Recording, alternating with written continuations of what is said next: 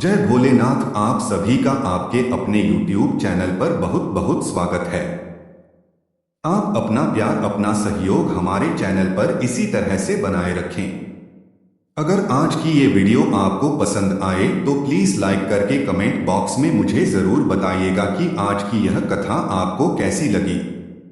शिव पुराण का पाठ प्रारंभ करने से पहले आपको कुछ नियमों के बारे में जान लेना जरूरी होगा, जैसे कि 7 दिनों में शिव पुराण की 7 संगीत आओ का पाठ किया जा सकता है। इसके अलावा पूरे 1 महीने में भी इसका पाठ आप कर सकते हैं। भगवान शिव की पूजा में 3 पहर की पूजा का विशेष महत्व होता है और व्रत भी 3 पहर का ही होता है। यथासंभव 3 पहर से पहले तक कथा सुननी या फिर कह लेनी चाहिए। शिव पुराण का पाठ प्रारंभ करने से पहले भक्तों को सबसे पहले भगवान गणेश का ध्यान करना चाहिए। शिव पुराण में ऐसा वर्णन है कि कथा में आने वाले विघ्नों के निवृत्ति के लिए भगवान गणेश का पूजन अनिवार्य होता है। फिर कथा के स्वामी भगवान भोलेनाथ का पूजन करना चाहिए और पुरुषों परिवार का भी पूजन या ध्यान करना चाहिए। अगर आपके पास शिव पुराण की पुस्तक है तो भक्ति भाव से आपको पुस्तक की भी पूजा करनी चाहिए। इसके बाद शांत और प्रसन्न मन से शिव पुराण की कथा का पाठ पढ़ना या सुनना चाहिए। अगर संभव हो तो हर अध्याय के बाद शिवलिंग पर जल अर्पित करना चाहिए, नहीं तो आप किसी भी सोमवार को शिवलिंग पर जल चढ़ा सकते हैं या रुद्राभिषेक भी आप कर सकते हैं। या जब शिव पुराण का पाठ पूरा हो जाए तब भी आप भगवान शिव को अपनी अपनी सामर्थ्य के अनुसार नैवेद्य अर्पित कर सकते हैं और शिवलिंग पर जल के साथ साथ कच्चा दूध, शहद आदि भी अर्पित कर सकते हैं। शिव पुराण की कथा पढ़ते या सुनते समय आपके मन में किसी भी तरह का कोई बुरा विचार नहीं आना चाहिए। कथा सुनने वाले भक्तों को किसी की बुराई नहीं करनी चाहिए। ऐसा करने से जो कथा सुनने का पुण्य है वो समाप्त हो जाता है। अपनी अपनी सामर्थ्य के अनुसार गरीब, रोगी, निर्धन जो भी आपके आसपास जरूरतमंद लोग होते हैं उनकी आप सहायता अवश्य करें। हो सके तो उन्हें भी आप शिव पुराण की कथा का कोई भी भाग जरूर सुनाएं। शिव पुराण की कथा सुनने या पढ़ने वाले भक्तों को दीप दान भी करना चाहिए। आप चाहे तो नियमित रूप से दीप दान कर सकते हैं या फिर हर सोमवार के दिन भी आप दीप दान कर सकते हैं। दीप दान आप कहां करेंगे? आसपास के शिव मंदिर में कर सकते हैं या अपने घर के मुख्य द्वार पर, या आपके आसपास कोई भी बेल वृक्ष है तो वहां पर भी आप दीप दान कर सकते हैं। शिव पुराण 18 महापुराणों में से एक माना जाता है और कलयुग के पापों से मुक्ति दिलाने वाला शास्त्र है। इसीलिए भगवान शिव की कृपा पाने के लिए शिव महापुराण के श्रवण और वाचन का विशेष महत्व होता है। इस संपूर्ण सृष्टि का निर्माण भगवान शिव की इच्छा मात्र से ही हुआ है। अतः भगवान शिव की भक्ति करने वाले व्यक्ति को संसार की सभी वस्तुएं प्राप्त हो सकती हैं। भगवान शिव अपने भक्तों की सभी मनोकामनाएं पूर्ण करते हैं और उन पर बहुत जल्दी प्रसन्न हो जाते हैं। शिव पुराण के अनुसार नियमित रूप से शिवलिंग की पूजा करने वाले या भगवान शिव का ध्यान करने वाले भक्तों के जीवन में दुखों का सामना करने की शक्ति प्राप्त होती है और उनके जीवन के दुख दूर हो जाते हैं। शिव महापुराण में 11 खंड है, 7 संगीताएं हैं, 24,000 श्लोक हैं। विद्येश्वर, रुद्र, शत्रुद्री कोठी, रुद्री, उमा, कैलाश और वायु संगीता में शिव महापुराण वर्णित है और ये स्वयं भगवान शंकर द्वारा आख्यायित थे। यानी कि शिव महापुराण का प्रवचन स्वयं भगवान शिव ने ही किया है। महर्षि वेदव्यास ने सनत कुमार मुनि के कहने पर इस पुराण को लिखा था। ऐसा माना जाता है कि मूल शिव महापुराण में श्लोकों की संख्या 1 लाख है, परंतु व्यास जी ने इसे 24,000 श्लोकों में संचित कर दिया है। पुराणों की संख्या के अनुसार शिव महापुराण का स्थान चौथा माना जाता है। शिव पुराण को समस्त पुराणों के माथे का तिलक माना गया है और जो भी भक्त प्रेम से आदरपूर्वक इसे पढ़ता है और सुनता है वह भगवान शिव का प्रिय होकर अंत में परमति को प्राप्त होता है। शिव पुराण का संबंध शैव मत है और इस पुराण में प्रमुख रूप से भगवान शिव की भक्ति और शिव महिमा का प्रचार प्रसार किया गया है। शैव मत अर्थात भगवान शिव को मानने वाले ये बात तो सभी जानते हैं कि भगवान शिव बहुत ही जल्दी अपने भक्तों पर प्रसन्न हो जाते हैं और उनकी मनोकामनाएं पूर्ण करते हैं। लेकिन शिव पुराण में भगवान शिव के जीवन चरित्र पर प्रकाश डालते हुए उनके रहन सहन, उनके विवाह, उनके पुत्रों की उत्पत्ति के विषय में भी विशेष रूप से बताया गया है। भगवान शिव को संहारकर्ता के रूप में भी पूजा जाता है और उन्हें साफ जल या गंगाजल, बेलपत्र, कटीले और ना खाए जाने वाले पौधों के फल जैसे कि धतूरा आदि अर्पित किया जाता है, जिससे वे बड़ी आसानी से अपने भक्तों पर प्रसन्न हो जाते हैं। भगवान शिव को बहुत ज्यादा सुंदर वेशभूषा और अलंकारों की भी जरूरत नहीं होती, क्योंकि वे तो अगर बाबा होते हैं, जटाजूटधारी, गले में लिपटे हुए नाग और रुद्राक्ष की मालाएं, शरीर पर बाघंबर चिता की भस्म लगाए हुए और हाथ में त्रिशूल पकड़े हुए वे सारे विषयों को अपनी पच्चाप और डमरू की कर्णभेदी ध्वनि से मचाते रहते हैं। इसीलिए उन्हें नटराज के रूप में भी पूजा जाता है। उनकी वेशभूषा से जीवन और मृत्यु का बोध होता है। शीर्ष पर गंगा और चंद्र जीवन और कला के द्यूत माने जाते हैं। भगवान शिव का एक नाम नीलकंठ भी है, क्योंकि समुद्र मंथन के समय जब देवता और असुरगण अद्भुत और बहुमूल्य रत्नों को अपने अधिकार में करने के लिए मरे जा रहे थे, तब कालकूट विष के बाहर निकलने से सभी पीछे हट गए। उसे ग्रहण करने के लिए कोई भी तैयार नहीं हुआ। तब भोलेनाथ ने उस महाविनाशक विश्व को अपने कंठ में धारण कर लिया, जिसके कारण उनका कंठ नीला पड़ गया और तभी से उनका एक नाम नीलकंठ भी है। ऐसे परोपकारी और अपरिग्रही भगवान शिव का चरित्र वर्णित करने के लिए ही इस शिव पुराण की रचना की गई है। आइए अब रसपान करते हैं शिव पुराण महात्म्य का, जिसमें सौनक जी के साधन विषय के प्रश्न करने पर श्री सूत जी का उन्हें शिव पुराण की उत्कृष्ट महिमा सुनाने का वर्णन किया गया है। श्री शौनक जी ने पूछा, ही महाज्ञानी सूत जी, आप संपूर्ण सिद्धांतों के ज्ञाता हैं। हे प्रभु, मुझसे पुराण की कथा के सार तत्व का विशेष रूप से वर्णन कीजिए। ज्ञान और वैराग्य सहित भक्ति से प्राप्त होने वाले विवेक की वृद्धि कैसे होती है तथा साधु पुरुष किस प्रकार अपने काम, क्रोध आदि मानसिक विकार का निवारण करते हैं। इस घोर कलियुग में जीव प्रायः स्वभाव के हो गए हैं। उस जीव समुदाय को शुद्ध बनाने के लिए सर्वश्रेष्ठ उपाय क्या है? आप इस समय मुझे ऐसा कोई शाश्वत साधन बताइए जो कल्याणकारी वस्तुओं में भी सबसे उत्कृष्ट और परम मंगलमय हो तथा पवित्र करने वाले उपायों में भी सर्वोत्तम पवित्र कारक उपाय हो।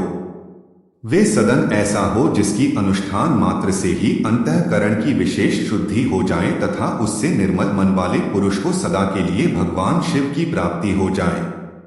तब श्री सूत जी कहने लगे कि हे मुनिश्रेष्ठ शौनक जी, आप धन्य हो, क्योंकि आपके हृदय में पुराण कथा सुनने का विशेष प्रेम और लालसा है। इसलिए मैं शुद्ध बुद्धि से विचार कर आपसे परम उत्तम शास्त्र का वर्णन करता हूँ। हे वत्स, वह संपूर्ण शास्त्रों के सिद्धांत से संपन्न भक्ति आदि को बढ़ाने वाला और भगवान शिव को संतुष्ट करने वाला है।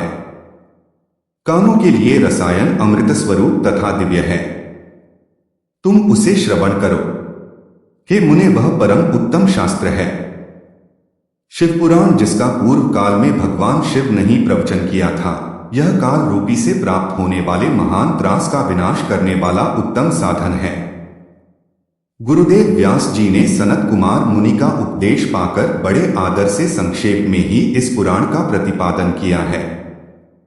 इस पुराण के पठन पाठन का उद्देश्य है कलयुग में उत्पन्न होने वाले मनुष्यों के परम हित का साधन। ये शिव पुराण परम उत्तम शास्त्र है और इसे भूतल पर भगवान शिव का वाङ्मय स्वरूप समझना चाहिए। सभी प्रकार से इसका सेवन करना चाहिए।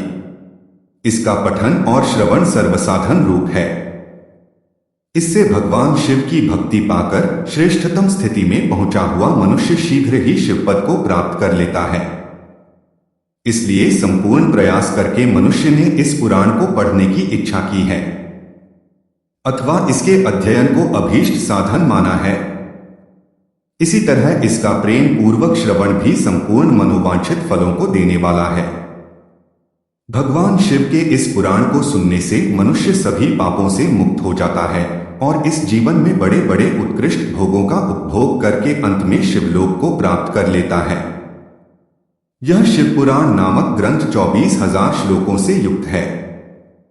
इसकी 7 संहिताएं हैं और मनुष्य को चाहिए कि वह भक्ति, ज्ञान और वैरागी से संपन्न हो बड़े आदर्श इसका श्रवण करें। जो हर दिन नियम से शिव पुराण को पढ़ता है, ये सुनता है, वह पुण्यात्मा है और इसमें बिल्कुल भी संचय नहीं है। जो उत्तम बुद्धि वाला पुरुष अंतकाल में भक्ति पूर्वक इस पुराण को सुनता है, उस पर अत्यंत प्रसन्न हुए भगवान महेश्वर उसे अपना परम धाम प्रदान कर देते हैं। जो प्रतिदिन आदर पूर्वक इस शिव पुराण का पूजन करता है, वह इस संसार में संपूर्ण भोगों को भोग कर अंत में भगवान शिव के पद को प्राप्त कर लेता है। जो प्रतिदिन आलस्य रहित होकर रेशमी वस्त्र आदि के वेस्टर्न से इस शिव पुराण का सत्कार करता है, वह सदा सुखी रहता है। यह शिव पुराण निर्मल तथा भगवान शिव का सर्वस्व है। जो इस लोक और परलोक में भी सुख जाता हो, उसे आदर के साथ प्रयत्न पूर्वक इसका श्रवण अथवा पठन पाठन करना चाहिए। यह निर्मल और उत्तम शिव पुराण धर्म, अर्थ, काम और मोक्ष चारों पुरुषार्थों को देने वाला है। अतः सदा प्रेम पूर्वक इसका श्रवण और विशेष पाठ करना चाहिए। सूत जी महाराज श्री सौनकादि ऋषियों को शिव महापुराण की कथा सुना रहे हैं।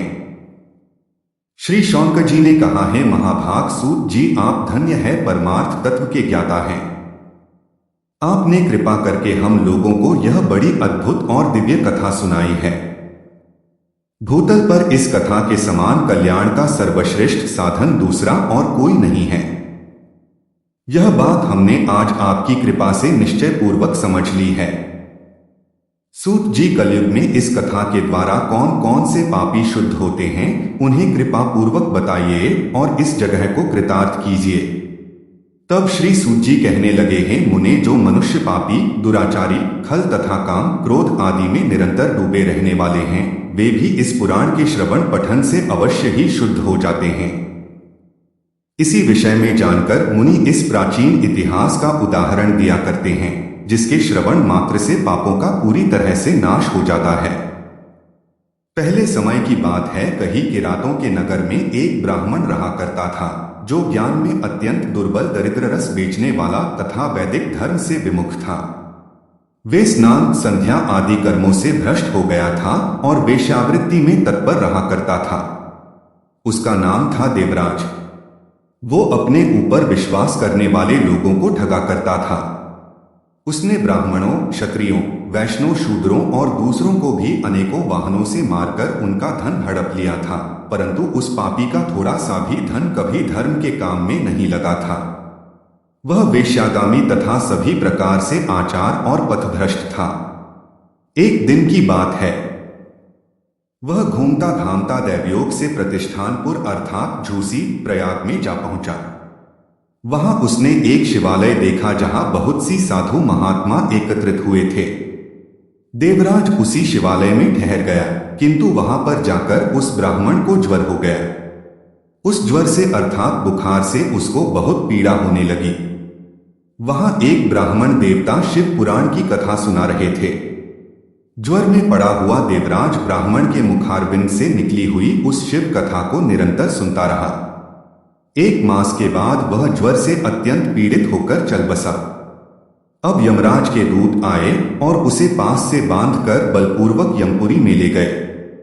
इतने में ही शिवलोक से भगवान शिव के पार्षदकार वहां गए। उनके गौरंग कर्पूर के समान उज्ज्वल थे, हाथ त्रिशूल से सुशोभित थे, उनके संपूर्ण अंग भस्म से उत्थासित थे और रुद्राक्ष की मालाएं उनके शरीर की शोभा बढ़ा रही थीं।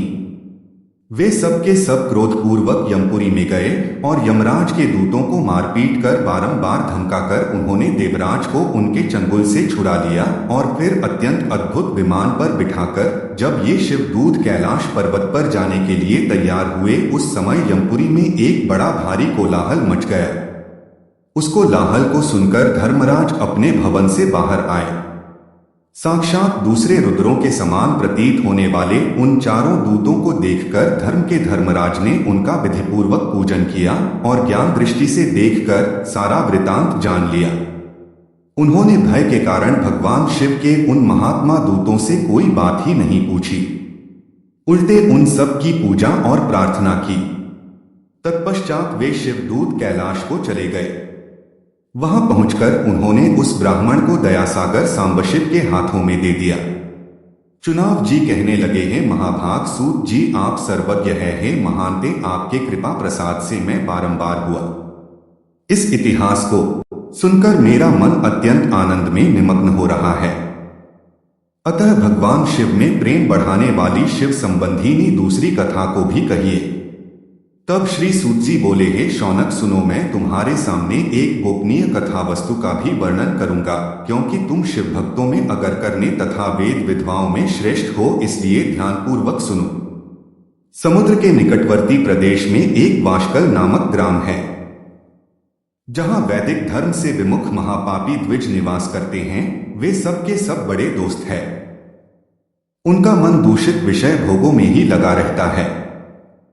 वे ना तो देवताओं पर विश्वास करते हैं, ना भाग्य पर। वे सभी कुटिल वृत्ति वाले हैं, किसानी करते हैं और भांति भांति के घातक अस्त्र शस्त्र रखते हैं। वे व्याभिचारी और खल है। ज्ञान, वैराग्य तथा सद्धर्म का सेवन ही मनुष्य के लिए परम पुरुषार्थ होता है। इस बात को भी बिल्कुल भी नहीं जानते। वे सभी पशु बुद्धि वाले हैं, और जहां के द्विज ऐसे हो, वहां के अन्य वर्णनों के विषय में कहा ही किया जा सकता है। अन्य वर्णनों के लोग भी उन्हीं की भांति कुत्सित विचार रखने वाले, स्वधर्म विमुख और खल है। द्विज अर्थात ब्राह्मण होता है। वे सभी कुकर्मों में लगे रहते हैं और नित्य विषय भोगों में ही डूबे रहते हैं। वहां के सभी स्त्रियां भी कुटिल स्वभाव की, स्वेच्छाचारिणी, पापासक्त, कुत्सित विचार वाली और व्यभिचारिणी हैं। वे स्वत व्यवहार और सदाचार से सर्वथा शून्य है। इस प्रकार वहां दुष्टों का ही निवास है। उस वाशकल नामक गांव में किसी समय एक बिंदु का नाम धारी ब्राह्मण रहता था। यह बड़ा अदम था, दुरात्मा और महापापी था। फिर भी उसकी स्त्री बड़ी सुंदरी थी, तब भी वह कुमार पर ही चलता था। उसकी पत्नी का नाम चंचुला था। वो सदा उत्तम धर्म के पालन में लगी रहती थी। तब भी उसे छोड़कर वह दुष्ट ब्राह्मण वैश्य आगामी हो गया था। इस तरह कुकर्म में लगे हुए उस बिंदु के बहुत वर्ष बीत गए। उसकी पत्नी चंचुला काम से पीड़ित होने पर भी स्वधर्म नाश के भय से क्लेश सहकर भी दीर्घकाल तक धर्म से भ्रष्ट नहीं हुई, परंतु दुराचारी पति के आचरण से प्रभावित होकर आगे चलकर वह स्त्री भी दुराचार ही नहीं हो गई। इस तरह दुराचार में डूबे हुए उन्मोड़ चित्र वाले पति पत्नी का बहुत सारा समय ऐसे ही बीत गया। कुछ समय बाद किसी वेश्या का पति बना हुआ वह दूषित बुद्धि वाला दुष्ट ब्राह्मण बंदूक समयानुसार मृत्यु को प्राप्त होकर नरक में जा पड़ा। बहुत दिनों तक नरक के दुख भोग कर वह मूढ़ बुद्धि पापी विंध्य पर्वत पर भयंकर पिशाच बन गया। इधर उस दुराचारी पति बिंदु के मारे जाने पर वह मूढ़ हृदय चंचुला बहुत समय तक पुत्रों के साथ अपने घर में ही रही। एक दिन की बात है, दैवयोग से किसी पुण्य पर्व की आने पर वह स्त्री भाई बंधुओं के साथ गोकर्ण क्षेत्र में गई। तीर्थयात्रियों के संग से उसने भी उस समय जाकर किसी तीर्थ के जल में स्नान कर लिया। फिर वह स्नान करने के पश्चात मेला देखने की दृष्टि से और ऐसे भाव से अपनी बंधुजनों के साथ यहां वहां घूमने लगी। घूमती घूमती वो किसी देव मंदिर में पहुंच गई और वहां उसने एक दैव्य की ब्राह्मण के मुख से भगवान शिव की परम पवित्र और मंगलकारिणी उत्तम पौराणिक कथा सुन ली। कथावाचक ब्राह्मण उस समय कह रहे थे कि जो स्त्रियां पर पुरुषों के साथ वे विचार करती हैं, वे मरने के बाद जब यमलोक में जाती है तब यमराज के दूत उन्हें तपे हुए लोहों से दागते हैं।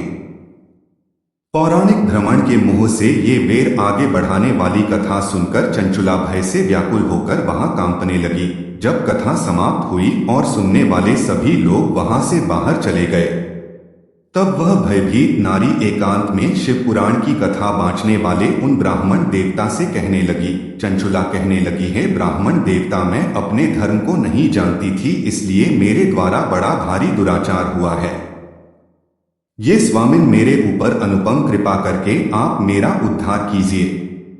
आज आपके वैरागी रस से ओतप्रोत इस प्रवचन को सुनकर मुझे बड़ा भारी भय लग रहा है।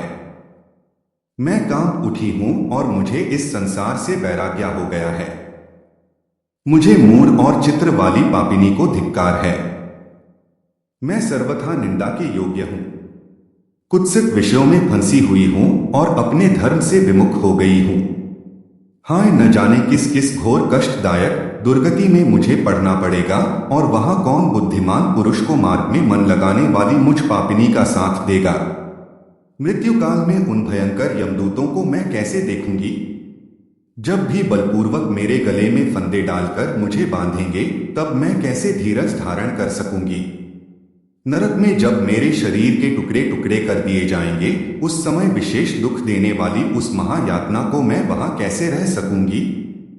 हाय, मैं मारी गई, मैं जल गई, मेरा हृदय भी दीर्ण हो गया और मैं सब प्रकार से नष्ट हो गई, क्योंकि मैं हर तरह से पाप में ही डूबी रही हूं। ये ब्राह्मण अब आप ही मेरे गुरु, आप ही मेरी माता और आप ही मेरे पिता है। आपकी शरण में आई हुई मुझे दीन अबला का आप ही उतार कीजिए, केवल आप ही उदार कीजिए। श्री सूत जी कहते हैं, इस प्रकार खेद और विरागी से युक्त हुई चंचुला ब्राह्मण देवता के दोनों चरणों में गिर पड़ी।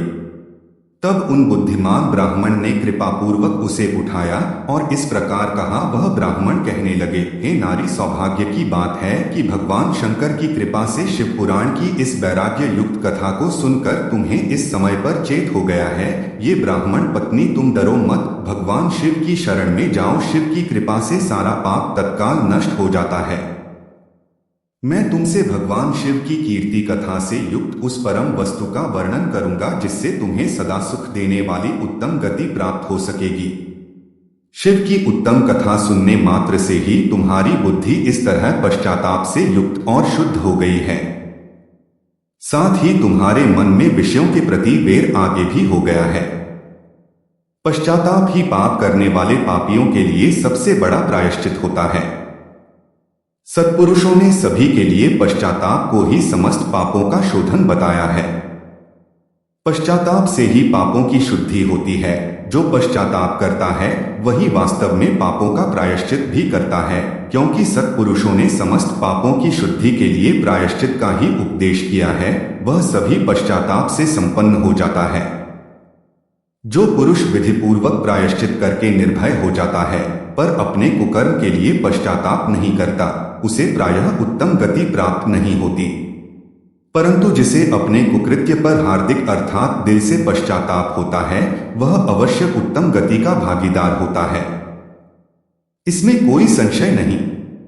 इस शिव पुराण की कथा सुनने से जैसी चित्त शुद्धि होती है वैसी दूसरे उपायों से नहीं हो पाती। जैसे दर्पण साफ करने पर निर्मल हो जाता है, ठीक उसी प्रकार इस शिव पुराण की कथा से मन भी अत्यंत शुद्ध हो जाता है, इसमें कोई संशय नहीं। मनुष्यों के शुद्ध चित्त में जगदम्बा पार्वती सहित भगवान शिव विराजमान रहते हैं। इससे वह विशुद्धात्मा पुरुष श्री शाम सदा शिव के पद को प्राप्त होता है। इस उत्तम कथा का श्रवण समस्त मनुष्यों के लिए कल्याण का बीज है। अतः यथोचित मार्ग से इसकी आराधना अथवा सेवा करनी चाहिए। यह भवबंधन रूपी रोगों का नाश करने वाली हैं। भगवान शिव की कथा को सुनकर फिर अपने हृदय में उसका मनन और निधिध्यासन करना चाहिए। इससे मन पूर्णतया शुद्ध हो जाता है। मन की शुद्धि होने से महेश्वर की भक्ति अपने दोनों पुत्रों अर्थात ज्ञान और वैरागी के साथ निश्चय ही प्रकट होती है। तत्पश्चात महेश्वर के अनुग्रह से दिव्य मुक्ति प्राप्त होती है, इसमें कोई संशय नहीं। जो मुक्ति से वंचित है उसे पशु समझना चाहिए, क्योंकि उसका मन माया के बंधन में आसक्त है। वह निश्चय ही संसार बंधन से मुक्त नहीं हो पाता। हे ब्राह्मण पत्नी, इसलिए तुम विषयों से मन को हटा लो और भक्तिभाव से भगवान शंकर की इस परम पावन कथा को सुनो। परमात्मा शंकर की इस कथा को सुनने से तुम्हारे मन की शुद्धि होगी और इससे तुम्हें मोक्ष की प्राप्ति हो जाएगी।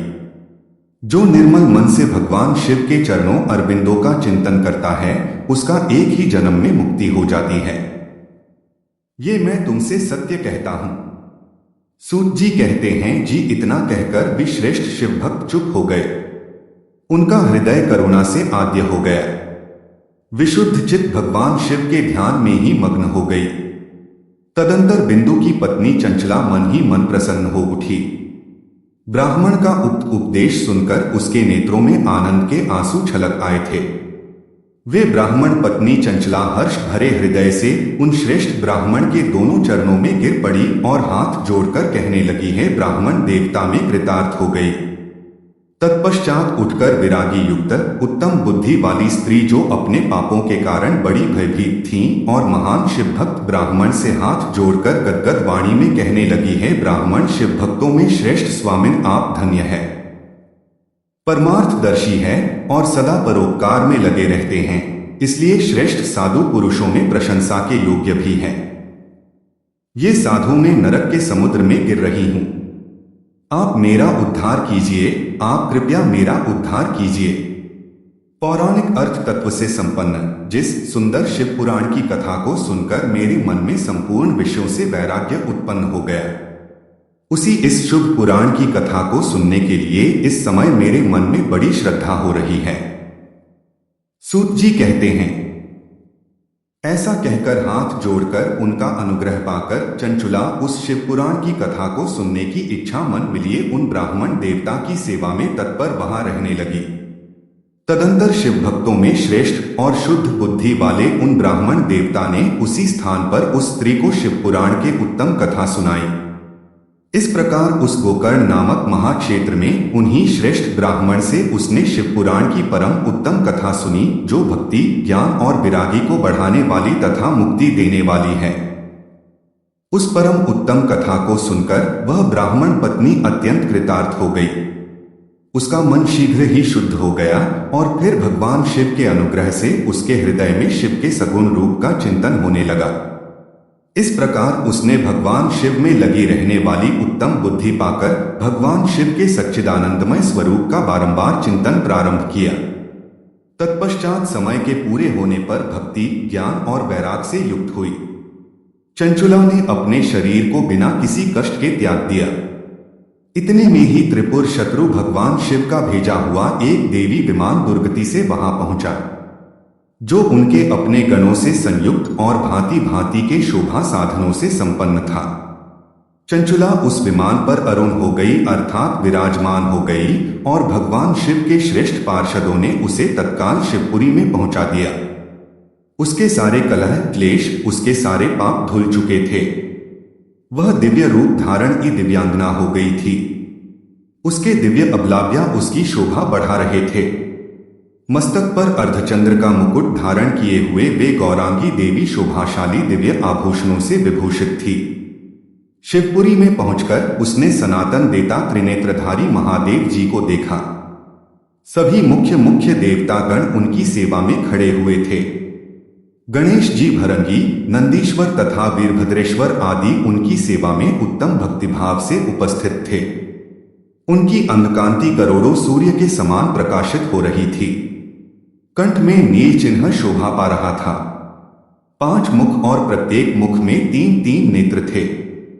मस्तक पर अर्धचंद्राकार मुकुट शोभा बढ़ा रहा था।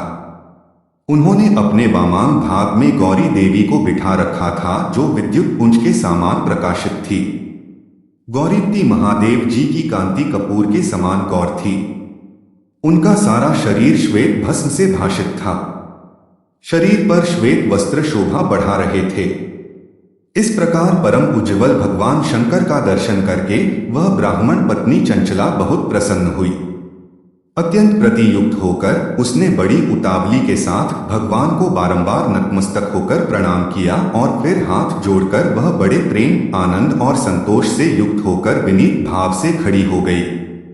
उसके नेत्रों से आनंद अश्रुओं की अविरल धारा बहने लगी तथा संपूर्ण शरीर में रोमांच हो उठा। उस समय भगवती पार्वती और भगवान शंकर ने इसे बड़ी करुणा के साथ अपने पास बुलाया और सौम्य दृष्टि से उसकी ओर देखा। पार्वती जी ने तो दिव्य रूप धारणी बिंदुप्रिया चंचुला को प्रेमपूर्वक उसी क्षण अपनी सखी बना लिया। वह उस परमानंद धन ज्योति स्वरूप सनातन धाम में अविचल निवास पाकर दिव्य सौख्यन से संपन्न होकर अक्षय सुख का अनुभव करने लगी। सूत जी कहने लगे हैं, शौनक एक दिन परमानंद में निमग्न हुई।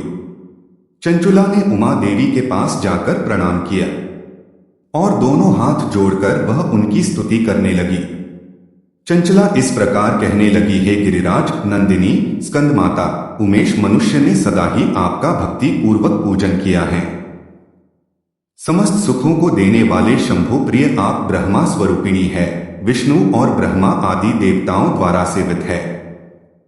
आप ही सगुणा और निर्गुणा है तथा आप ही सूक्ष्म सच्चिदानंद स्वरूप रानी आदिया प्रकृति है। आप ही संसार की सृष्टि पालन और संहार करने वाली है। तीनों गुणों का आश्रय भी आप ही है। ब्रह्मा विष्णु और महेश्वर इन तीनों देवताओं का आवास स्थान तथा उनकी उत्तम प्रतिष्ठा करने वाली पराशक्ति आप ही है। सूत जी कहते हैं, हे शौनक जी, जिसे सद्गति प्राप्त हो चुकी थी वह चंचुला इस प्रकार महेश्वर पत्नी उमा जी की स्तुति करके सिर झुकाए चुप हो गई। उसके नेत्रों में प्रेम के आंसू उमड़ आए। तब करुणा से भरी भी शंकरप्रिया भक्त वत्सला देवी पार्वती ने चंचुला को संबोधित करके बड़े प्रेम से इस प्रकार कहा। देवी पार्वती कहने लगी, हे सखी चंचले, हे सुंदरी, मैं तुम्हारी की हुई इस स्तुति से बहुत प्रसन्न हूं। बोलो, क्या वर मांगती हो तुम्हारे लिए? मुझे कुछ भी अदेय नहीं है। देवी पार्वती की बात सुनकर चंचुला कहने लगी, हे निष्पाप गिरिराज कुमारी, मेरे पति बिंदु की समय कहाँ है? उनकी कैसी गति हुई है ये मैं नहीं जानती। ये कल्याण में ये दिन वत्सले मैं अपने उन पति देव से जिस प्रकार संयुक्त हो सकूं वैसा ही उपाय कीजिए। हे महेश्वरीय महादेवी, मेरे पति एक शुद्ध जाति वेश्या के प्रति आसक्त थे और पाप में ही डूबे रहते थे। उनकी मृत्यु मुझसे पहले ही हो गई थी। अब न जाने में किस गति को प्राप्त हुए मुझे कुछ नहीं पता। गिरजा बोली, ही बेटी, तुम्हारा बिंदु का नाम वाला पति बड़ा पापी था। उसका अंतःकरण बड़ा ही दूषित था। वेश्या का उपभोग करने वाला वह महमूद मरने के बाद नरक में पड़ा। अगणित वर्षों तक नरक में नाना प्रकार के दुख भोग कर वह पापात्मा अपने शेष पाप को भोगने के लिए विंध्य पर्वत पर पिशाच बना हुआ है और इस समय वह पिशाच अवस्था में ही है और नाना प्रकार के और कष्ट उठा रहा है। वह दुष्ट नहीं वायु पीकर रहता है और सदा सब प्रकार के कष्ट सहता रहता है। सूत जी कहने लगे हैं, शौनक जी, गौरव देवी की ये बात सुनकर उत्तम व्रत का पालन करने वाली चुना। उस समय पति के महान दुख से दुखी हो गई। फिर अपने मन को स्थिर करके उस ब्राह्मण पत्नी ने व्यथित हृदय से माहेश्वरी को प्रणाम करके पुनः पूछा, है महेश्वरी, है महादेवी, मुझ पर कृपा कीजिए और दूषित कर्म करने वाले मेरे उस दुष्ट पति का अब उद्धार कर दीजिए। हे देवी, कुत्सित बुद्धि वाले ही मेरे उस पापात्मा पति को किस उपाय से उत्तम गति प्राप्त हो सकती है? ये शीघ्र बदलाएं, आपको नमस्कार है। देवी पार्वती कहने लगी, है सगी, यदि तुम्हारा पति शिव पुराण की कथा सुन ले तो सारी दुर्गति को पार करके वह उत्तम गति का भागीदार बन सकता है। अमृत के समान मधुर अक्षरों से युक्त गौरा देवी के यह वचन आदर पूर्वक सुनकर चंचुला ने हाथ जोड़कर और अपना शीश झुकाकर उन्हें बारंबार प्रणाम किया और अपने पति के समस्त पापों की शुद्धि तथा उत्तम गति की प्राप्ति के लिए पार्वती देवी से की प्रार्थना की कि मेरे पति को शिव पुराण सुनाने की व्यवस्था होनी चाहिए। उस ब्राह्मण पत्नी के बारंबार प्रार्थना करने पर शिवप्रिया गोरा देवी को बड़ी दया आई। तब उन भक्तवत्सला महेश्वरी गिरिराज कुमारी ने भगवान शिव की उत्तम कीर्ति का गान करने वाले गंधर्वराज तुमरु को बुलाकर उनसे प्रसन्नता पूर्वक इस प्रकार कहा, हे तुमरु, तुम्हारी भगवान शिव में प्रीति है। तुम मेरे मन की बातों को जानकर मेरे अभिष्ट कार्यों को सिद्ध करने वाले हो, इसलिए मैं तुमसे एक बात कहती हूँ, तुम्हारा कल्याण हो। तुम मेरी सखी के साथ शीघ्र ही विंध्य पर्वत पर जाओ। वहां एक महाघोर और भयंकर पिशाच रहता है। उसका वृतांत तुम आरंभ से ही सुनो। मैं तुमसे प्रसन्नता पूर्वक सब कुछ बताती हूँ। पूर्वजन्म में वह पिशाच बिंदु का नामक ब्राह्मण था और मेरी इस सखी चंचुला का पति था, परंतु वह दुष्ट वैश्य आगामी हो गया। स्नान, संध्या आदि नित्यक्रम छोड़कर वह अपवित्र रहने लगा। क्रोध के कारण उसकी बुद्धि पर मूर्छा छा गई थी।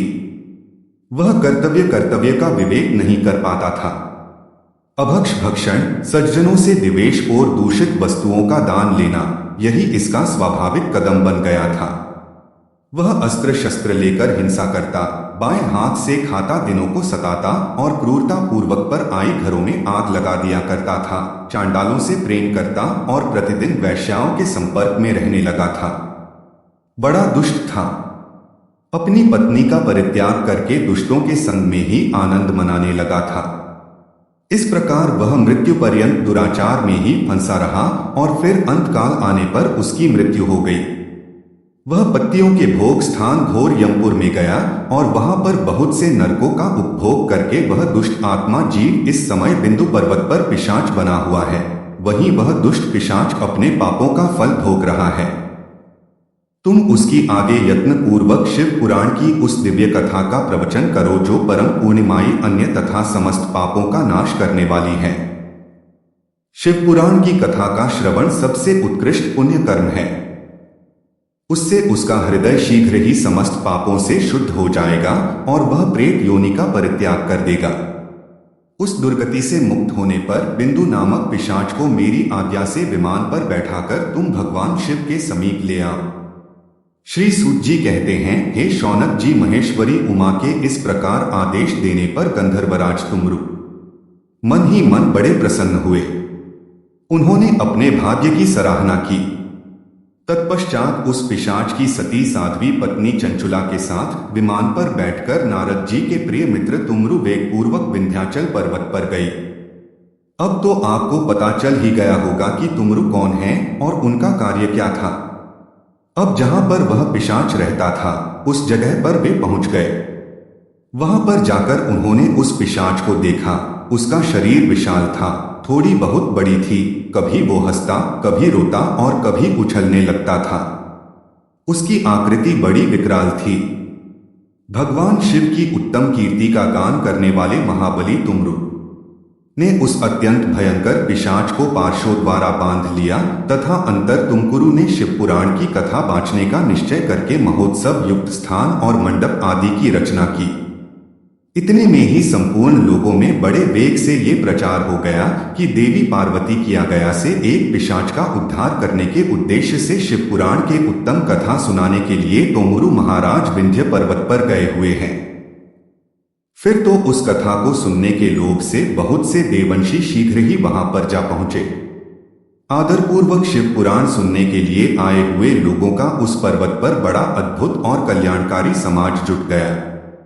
फिर तुमरु ने उस पिशाच को पाशों से बांधकर आसन पर बिठाया और हाथ में वीणा लेकर गौरीपति की कथा का गान प्रारंभ कर दिया। अब आपको यहाँ पर ध्यान देना है कि कौन कौन सी संगीत आओं का वर्णन आपको शिव पुराण की कथा में सुनने को मिलेगा। पहली अर्थात विद्येश्वर संगीता से लेकर 7वीं वायु संगीता तक महात्म्य सहित शिव पुराण की कथा का उन्होंने स्पष्ट वर्णन किया। सातों संहिताओं सहित शिव पुराण का आदर पूर्वक श्रवण करके वे सभी श्रोतागण पूर्णतः कृतार्थ हो गई और उस परम पूर्णिमा ये शिव पुराण को सुनकर उस पिशाच ने भी अपनी सारे पापों को धोकर अपने उस पैशाचिक शरीर का त्याग कर दिया। फिर तो शीघ्र ही उसका रूप दिव्य हो गया, अंगकांति गौर वर्ण की हो गई। शरीर पर श्वेत वस्त्र तथा सभी प्रकार के पुरुषोचित आभूषण उसके अंगों को उद्भाषित करने लगे। वो नेत्रधारी चंद्रशेखर रूप हो गया। इस प्रकार दिव्य देहधारी होकर श्रीमान बिंदु अपनी प्राणवल्लभा चंचुला के साथ स्वयं ही पार्वती वल्लभ भगवान शिव का गुणगान करने लगा। उसकी स्त्री को इस प्रकार दिव्या रूप से सुशोभित देखकर वे सभी देवर्षि बड़े विस्मित हुए। उनका चित्र परमानंद से परिपूर्ण हो गया। भगवान महेश्वर का वह अद्भुत चरित्र सुनकर वे सभी श्रोतागण परम कृतार्थ होकर प्रेम पूर्वक श्री शिवजी का यशोगान करते हुए अपने अपने धाम को चले गए। दिव्य रूपधारी श्रीमान बिंदु भी सुंदर विमान पर अपनी प्रीतमा के साथ बैठकर सुखपूर्वक आकाश में स्थित होकर बड़ी शोभा पाने लगा। तत्पश्चात महेश्वर के सुंदर और मनोहर गुणों का गान करता हुआ वह अपनी प्रियतमा तथा तुमरु के साथ शीघ्र ही शिवधाम में जा पहुंचा। वहां भगवान महेश्वर तथा पार्वती देवी ने प्रसन्नता पूर्वक बिंदु का बड़ा सत्कार किया और उसे अपना पार्षद बना लिया। उसकी पत्नी चंचला देवी पार्वती जी की सखी बन गई। उस घनी गोद ज्योति स्वरूप परमानंद महेश सनातन धाम में अविचल निवास पाकर भी दोनों दंपति पर हम सुखी हो गए। शौनक जी कहते हैं, हे सूत जी, आपको नमस्कार है। आप धन्य हैं, शिव भक्तों में श्रेष्ठ है, आपके महान वर्णन करने योग्य है। अब आप कल्याण में शिव पुराण के श्रवण की विधि बताएं, जिससे सभी श्रोताओं को संपूर्ण उत्तम फल की प्राप्ति हो सके। तब सूत जी महाराज कहने लगे कि हे मुने शौनक, अब मैं तुम्हें संपूर्ण फल की प्राप्ति के लिए शिव पुराण के श्रवण की विधि बता रहा हूं। ध्यानपूर्वक सुनो। पहले किसी ज्योतिषी को बुलाकर दान मान से संतुष्ट करके अपने सहयोगी लोगों के साथ बैठकर बिना किसी विघ्न बाधा के कथा की समाप्ति होने के उद्देश्य से शुद्ध मुहूर्त का अनुसंधान कर आए और फिर प्रयत्न पूर्वक देश देश में स्थान स्थान पर यह संदेश भेजें कि हमारे यहाँ शिव पुराण की कथा होने वाली है। अपनी कल्याण की इच्छा रखने वाले लोगों को उसे सुनने के लिए अवश्य पधारना चाहिए। कुछ लोग भगवान श्री हरि की कथा से बहुत दूर पड़ गए हैं। कितने ही स्त्री सूत्र आदि भगवान शंकर के कथा कीर्तन से वंचित रहते हैं। उन सभी को भी सूचना मिल जाए, ऐसा प्रबंध करना चाहिए। देश देश के जिस भी कोने में जो भगवान शिव के भक्त हो तथा शिव कथा के कीर्तन और श्रवण के लिए उत्सुक हो, उन सभी को आदरपूर्वक बुलवाना चाहिए और आए हुए लोगों का सभी प्रकार से आदर सत्कार करना चाहिए। शिव मंदिर में, तीर्थ में, वन प्रांत में अथवा घर में शिव पुराण की कथा सुनने के लिए उत्तम स्थान का निर्माण करना चाहिए। केले की खंभों से सुशोभित एक ऊंचा कथा मंडप तैयार कराएं। उसे सब ओर से फल पुष्प आदि से तथा सुंदर चंदोवे से अलंकृत करें और चारों ओर ध्वजा पता लगाकर तरह तरह के सामानों से सजाकर सुंदर शोभा संपन्न बना दें। भगवान शिव के प्रति सभी प्रकार से उत्तम भक्ति करनी चाहिए। वही सब तरह से आनंद का विधान करने वाली है। परमात्मा भगवान शंकर के लिए दिव्य आसन का निर्माण करना चाहिए तथा कथावाचक के लिए भी एक ऐसा दिव्य आसन बनाना चाहिए जो उनके लिए सुखद हो सके। नियम पूर्वक कथा सुनने वाले श्रोताओं के लिए भी यथायोग्य सुंदर स्थानों की व्यवस्था करनी चाहिए। अन्य लोगों के लिए साधारण स्थान ही रखना चाहिए। जिसके मुख से निकली वाणी देहधारियों के लिए कामधेनु के समान अभीष्ट फल देने वाली होती है। उस पुराण वेता विद्वान वक्ता के प्रति उच्च बुद्धि कभी नहीं करनी चाहिए। संसार में जन्म तथा गुणों के कारण बहुत से गुरु होते हैं, परंतु उन सभी में पुराणों का ज्ञाता विद्वान ही सबसे परम गुरु माना जाता है। पुराण वीरता पवित्र, दक्ष, शांत, ईर्ष्या पर विजय पाने वाला साधु और दयालु होना चाहिए। ऐसा प्रवचन कुशल विद्वान इस पुण्यम अन्य कथा को कहे। सूर्योदय से आरंभ करके 3.5 तक उत्तम बुद्धि वाले विद्वान पुरुष को शिव पुराण की कथा समयकृति से बांचनी चाहिए। मध्याह्न काल में 2 घड़ी तक कथा बंद रखनी चाहिए, जिससे कथा कीर्तन से अवकाश पाकर लोग अपना अपना कार्य कर सकें तथा प्रारंभ होने से 1 दिन पहले वृद्ध ग्रहण करने के लिए वक्ता को शुर करा लेना चाहिए। जिन दिनों कथा हो रही हो उन दिनों प्रयत्न पूर्वक प्रातः काल सारा नित्य कर्म संचित से ही कर लेना चाहिए। वक्ता के पास उसकी सहायता के लिए एक दूसरा वैसा ही विद्वान स्थापित करना चाहिए और वह भी सभी प्रकार के संशयों को निवृत्त करने में समर्थ और लोगों को समझाने में कुशल होना चाहिए। कथा में आने वाले विघ्नों की निवृत्ति के लिए गणेश जी का पूजन सर्वप्रथम करना चाहिए। कथा के स्वामी भगवान शिव की तथा विशेषतः शिव पुराण की पुस्तक की भक्तिभाव से पूजा करें। तत्पश्चात उत्तम बुद्धि वाला श्रोता तन मन से शुद्ध और प्रसन्नचित होकर आदरपूर्वक शिव पुराण की कथा सुने।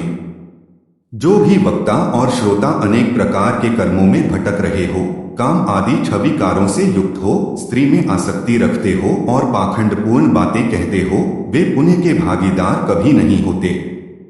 जो लौकिक चिंता तथा धन, गृह और पुत्रादि की चिंता को छोड़कर कथा में मन लगाए रहते हैं, उन शुद्ध बुद्धि पुरुषों को उत्तम फल की प्राप्ति होती है।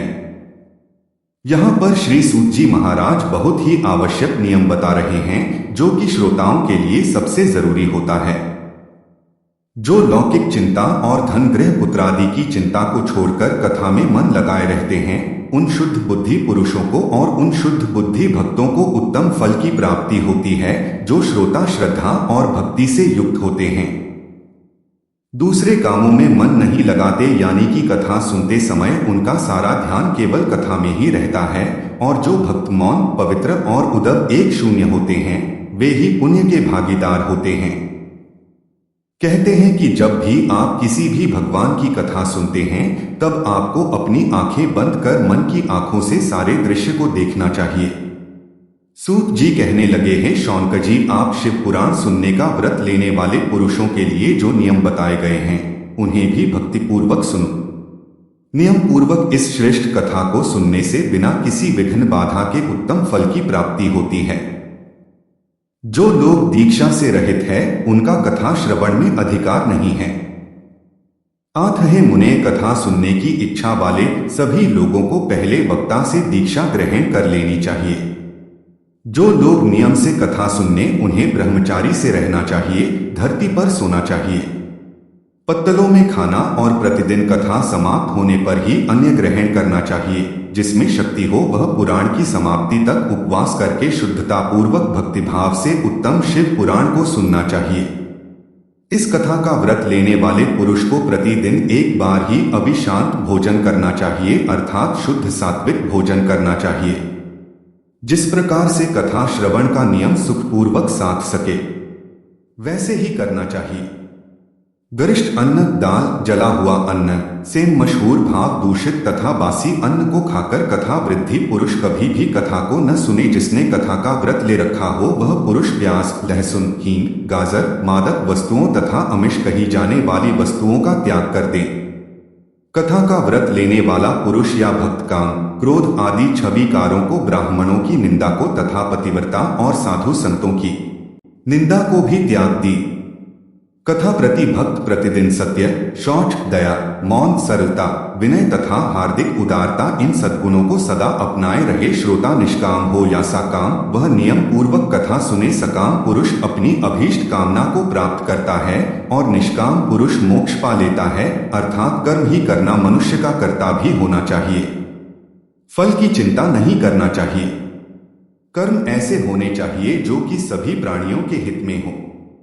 ऐसा ना हो कि कर्म आप करते जा रहे हैं, चाहे उनसे दूसरे प्राणियों को नुकसान हो रहा हो, तो ऐसे किए गए कर्मों का आपको सिर्फ आप ही भुगतने मिलेंगे। दरिद्र क्षय करोगी, पाप ही भाग्यहीन तथा संतान रहित भक्तों को भी इस उत्तम कथा को सुनना चाहिए। काक, बंध्या आदि जो 7 प्रकार की दुष्टा स्त्रियां हैं, वे तथा जिसका गर्भ गिर जाता हो, वह इन सभी को शिव पुराण की उत्तम कथा अवश्य सुननी चाहिए। हे मुनि, स्त्री हो या पुरुष, सभी को यत्न पूर्वक विधि विधान से शिव पुराण की यह उत्तम कथा अवश्य सुननी चाहिए।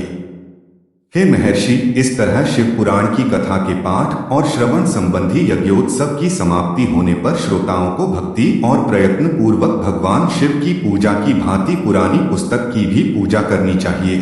तदंतर विधि पूर्वक वक्ता का भी पूजन करना आवश्यक है। पुस्तक को आच्छादित करने के लिए अर्थात ढकने के लिए नवीन और सुंदर बस्ता बना भी उसे बांधने के लिए दृढ़ और दिव्य डोरी लगानी चाहिए। फिर उसका विधिवत पूजन करना चाहिए। हे मुनिश्रेष्ठ, इस प्रकार महान उत्सव के साथ पुस्तक और वक्ता की विधिवत पूजा करके वक्ता की सहायता के लिए स्थापित किए हुए पंडित जी का भी उसी के अनुसार धन आदि के द्वारा उससे कुछ ही कम सत्कार करना चाहिए। वहां आए हुए ब्राह्मणों को अन्न, धन आदि का दान करना चाहिए।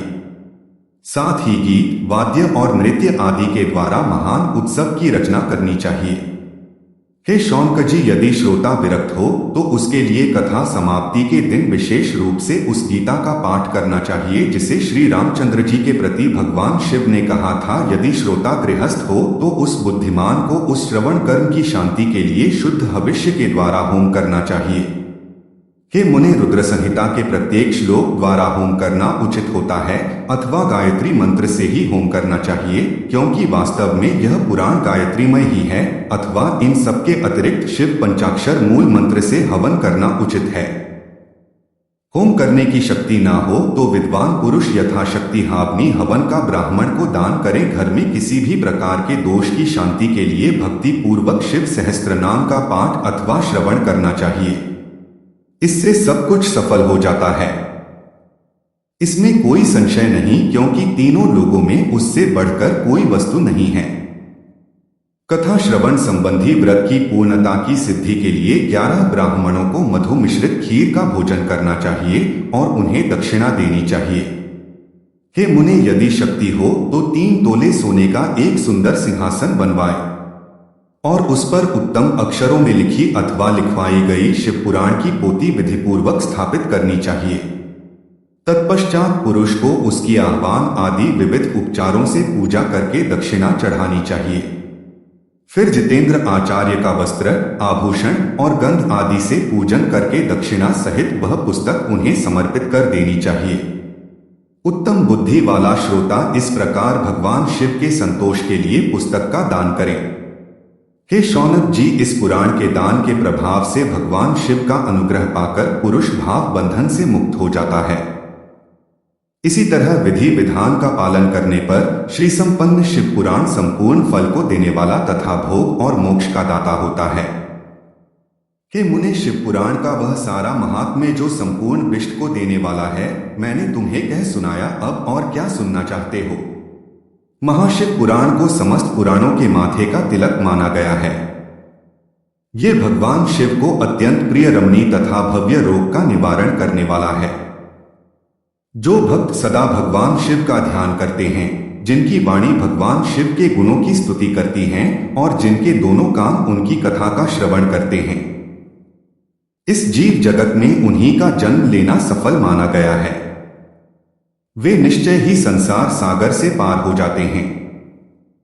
भिन्न भिन्न प्रकार के समस्त गुण जिनके सच्चिदानंदमय स्वरूप का कभी स्पर्श नहीं करती, जो अपनी महिमा जगत के बाहर और भीतर भासमान है तथा जो मन की बाहर और भीतर वाणी और मनोवृत्ति रूप में प्रकाशित होते हैं, उन अनंत आनंद घन रूप परम शिव की मैं शरण लेता हूं।